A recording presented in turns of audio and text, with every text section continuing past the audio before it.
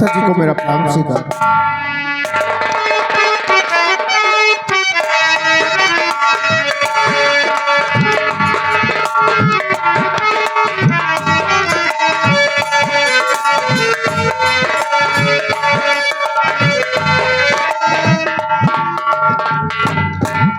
देखो महाराज डेहरी है नांग हो।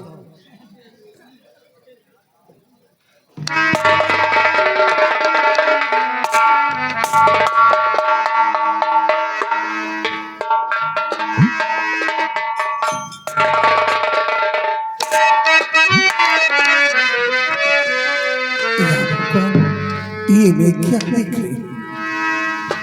हाय दत्ता, ये क्या हुई प्रीतम प्राणे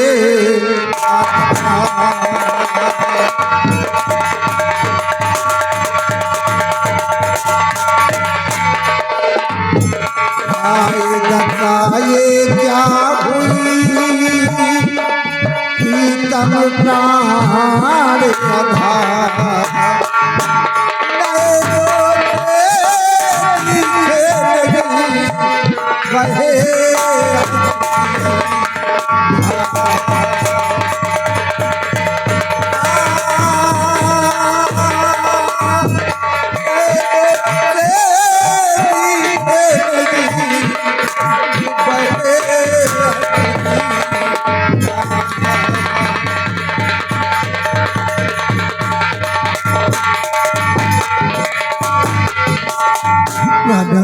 आपकी आंखों में क्या हुआ? आपकी आंखों से आंसू क्यों मेरी ये बेजन्नत है? प्रिय, तुम जानना चाहती हो कि मेरी आंखों से आंसू क्यों निकल रहे हैं?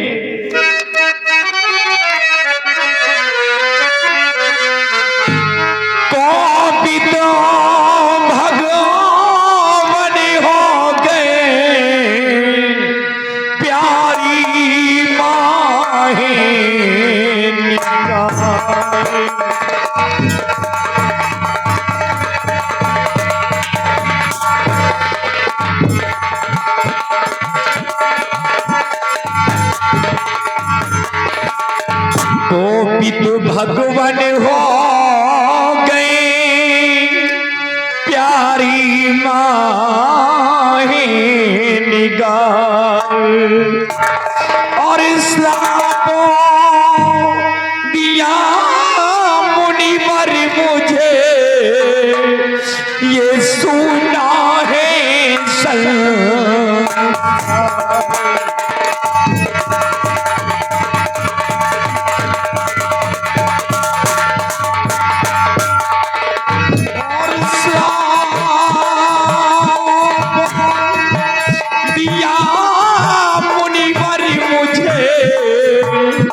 ये सुना है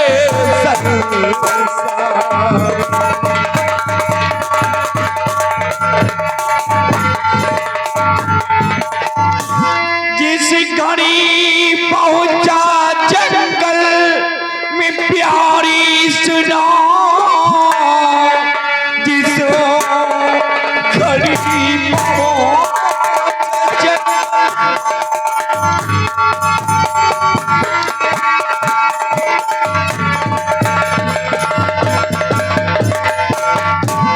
घड़ी पहुंचा जंगल में प्यारी सुना एक मुनिराज जी थे बैठे वहां भूल से पैर का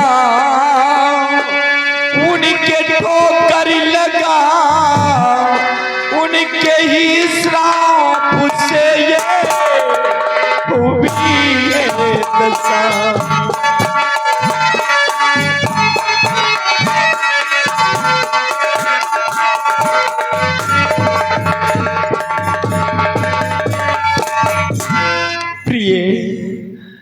मैं जंगल शिकार खेलने गया था और शिकार का पीछा करते करते जब घनघोर जंगल में पहुंच गया तो उसी जंगल में एक मुनिराज बैठ करके तपस्या कर रहे थे।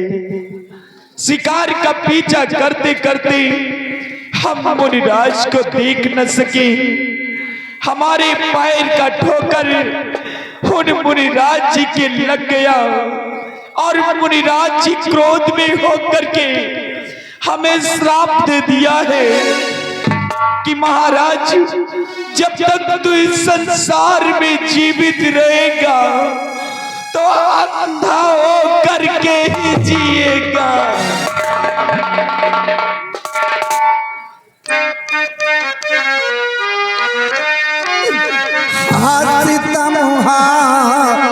सितम में क्या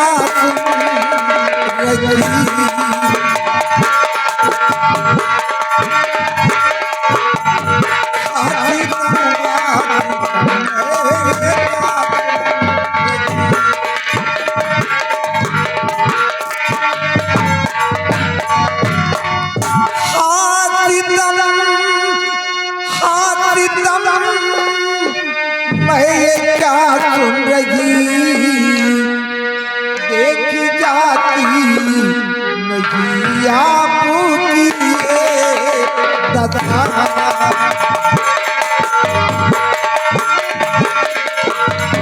देखी जाती आपकी दादा।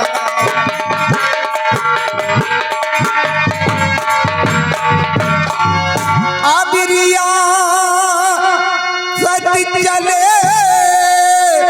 स्वामी की तौर से। आबिरिया सच चले स्वामी की तौर से। मेरे रैयत पे आई सनी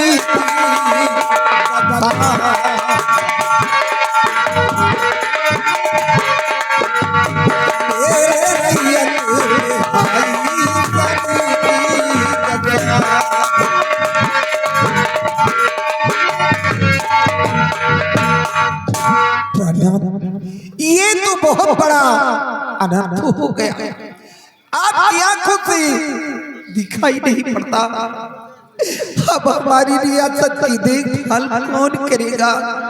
कुछ समझ भी नहीं आ रही प्राणनाथ।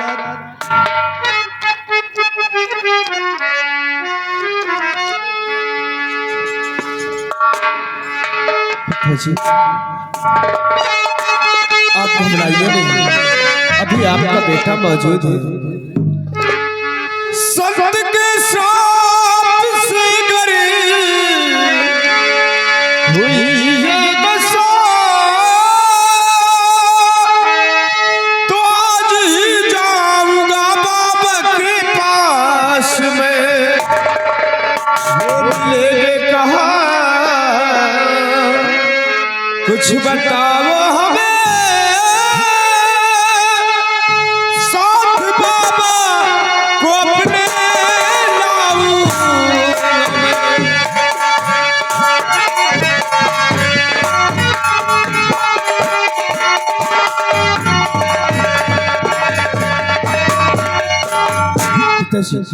आप हमें ये बताओ कि वो बाबा जी किस जगह और किस जंगल में मिलेंगे। मैं इसी वक्त जाऊंगा और बाबा जी को बाबा जल अपने साथ लेके आऊंगा।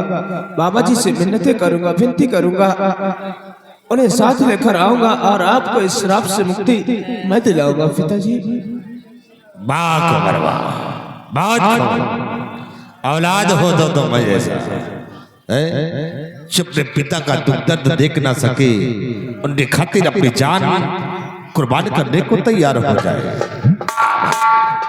भीमा सिंह राजन, तुम हमारे बेटे को समझाने की जगह उसे बढ़ावा दे रहे हो।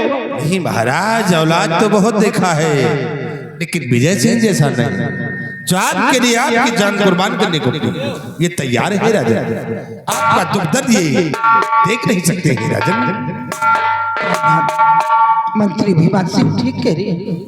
अपने बेटे विजय सिंह को जाने के लिए आदेश दीजिए। शायद अपने बेटे की बात को बाबा जी मान जाए और आपको इस श्राप से मुक्ति मिल जाए, इसलिए अपने बेटी को जाने के लिए आदेश दीजिए। हाँ महाराज, विजय सिंह को जाने की इजाजत आप दे दीजिए। भीमा सिंह, हमें तो खौफ सिर्फ इस बात का है कि तुम अच्छी प्रकार से जानते हो कि वो बाबा कितना क्रोधित है।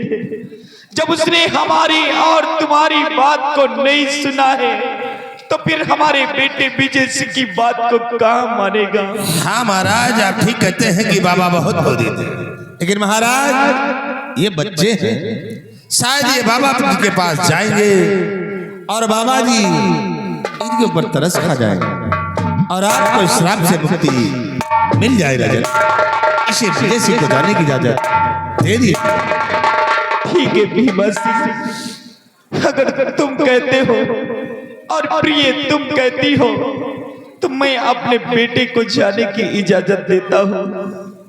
लेकिन पिताजी, आप हमें यह बताओ कि वो बाबा जी किस जगह और किस जंगल में मिलेंगे। बेटा, अपनी ही रियासत में जो दक्षिण दिशा घनघोर जंगल है, उसी जंगल में मुनिराज बैठ करके तपस्या कर रहे थे। और हाँ, मुनिराज के पास जाना तो मुनिराज से कोई उल्टी सीधी बातें मत करना। मुनिराज से सिर्फ इस श्राप से मुक्त होने का उपाय ही पूछना। पिताजी, मैं मुनिराज से कोई ऐसी बात नहीं कहूँगा जो मेरी बात उन्हें बुरा लगे। सिर्फ आपकी आंखें ठीक होने की बात करूंगा। लेकिन पिताजी, आपके साथ कौन सिपाही गया था शिकार खेलने के लिए? आप उसे मेरे साथ भेज दीजिए ताकि बाबा जी को खोजने में मुझे आसानी हो। भीमा सिंह, क्या वो सिपाही यहाँ मौजूद है? हाँ महाराज, सिपाही मौजूद है। उस सिपाही को भेज दो हमारे बेटे के साथ में, क्योंकि उसे अच्छी प्रकार से मालूम है कि मुनिराज किस जगह पर बैठ करके। ठीक है महाराज, जाओ सिपाही, कुंवर के साथ सब जाओ। और माँ, मुझे आशीर्वाद दो कि मैं अपने मकसद में बहुत जल्द कामयाब हो जाऊं।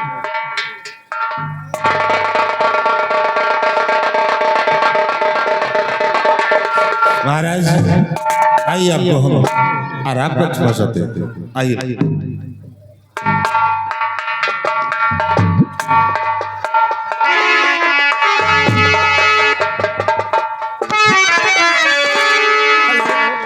हाँ भैया, हमारे माननीय घर मालिक साहब या उनके कार्यकर्ता तक आवाज पहुंच रही है तो